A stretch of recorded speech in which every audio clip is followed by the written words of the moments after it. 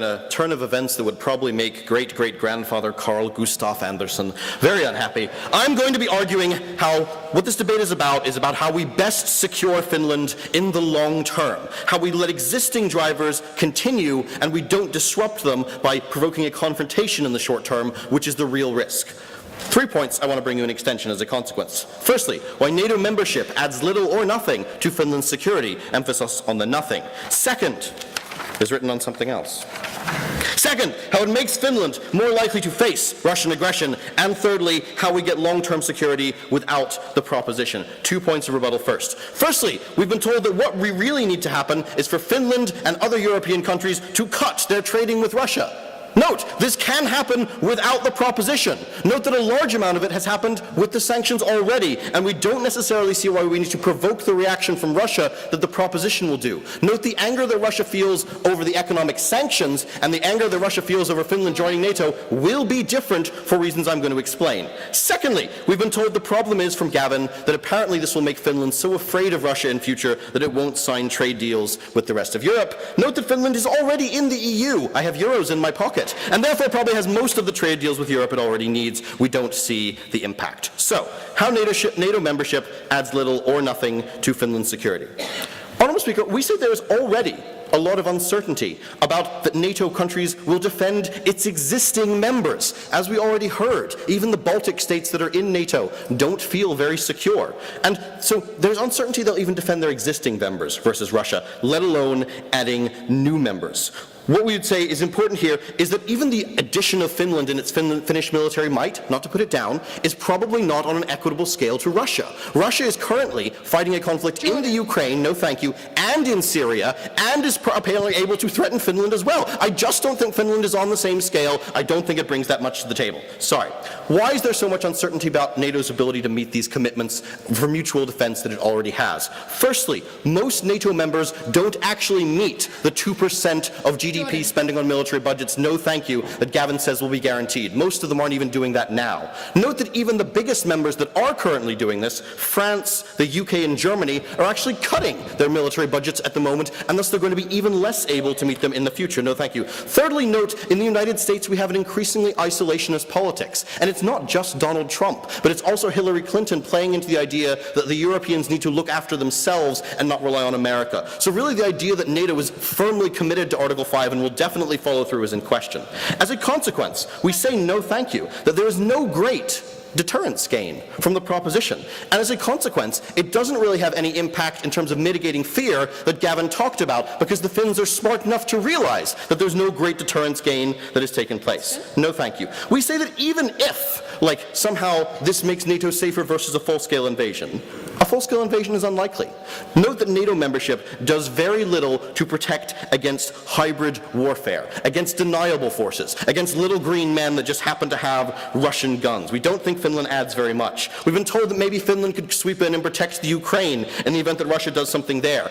I mean, Ukraine isn't close enough to Finland to be on the map that we were handed out, so I don't think it's very nearby and it's very significant. We say it doesn't help NATO either, no thank you, to add more and more commitments that NATO probably can't live up to. We would note that during the Cold War, the United States used Afghan militants as deniable proxy forces to directly attack Russian forces.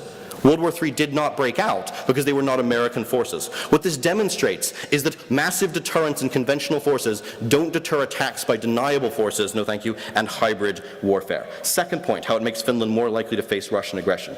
We say the important thing here is to bear in mind the history of Finland during the Cold War. The fact that Finland enjoyed a unique state as a neutral country which wasn't in the Russian sphere of influence and also wasn't in the Western NATO one. What this means is that the Russians will see expansion of NATO covering Finland as a violation of the Cold War order. They will see it as an act of aggression, and us being the expansionist ones, no thank you, because we're pushing beyond the Cold War limits.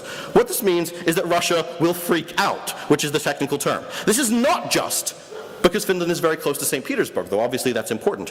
What this also is it means that because NATO will control both Finland and Estonia, that means that NATO controls both sides of the water channel that leads to St. Petersburg, which is where Russia's only warm water port is based. A warm water port is one that doesn't freeze in the winter, and Russia's entire Baltic fleet is there. No, thank you. NATO controlling both sides of that channel is an incredibly tactical choke point which Russia is afraid of. Secondly, note, however, World War II still matters to the Russian population. Most Russian families lost a grandparent. So anything that calls that back to mind is incredibly emotive to the population.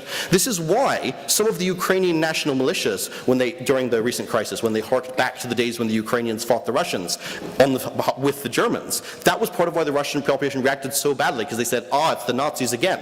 Finland, unfortunately, guys, for most of World War II, was in fact allied with Germany against Russia. As a consequence, when we see the West making alliance with Finland and bringing them in, the Russian population will see it as, quote-unquote, the Nazis all over again. They will accept hardships from Putin. They will accept it when Putin cuts domestic services to fund the military because they believe it is necessary to protect themselves from the Nazi menace. We say this is not the same as sanctions, because sanctions don't carry those World War II connotations. Before I move on, I will take opening.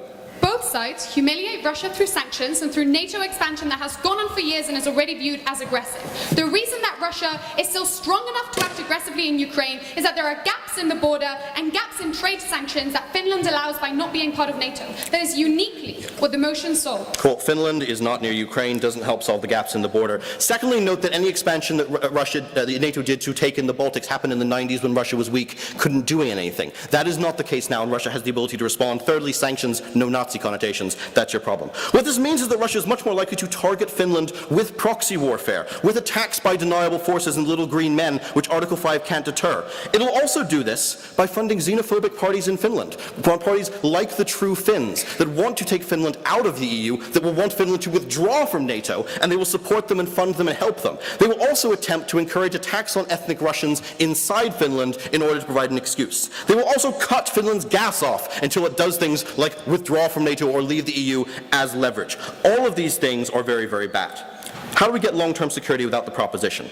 We allow the American and the EU sanctions to take effect. We allow fracking to destroy the oil market and undermine Russia's primary source of income. These all weaken Russia in the long run, which means in 20 years, Russian aggression won't be a threat. What we need to do is ensure that we don't provoke Russia right now when Russia still is a threat, when Russia still can harm us. We need to allow the existing drivers to take effect and not provoke a conflict in the short term.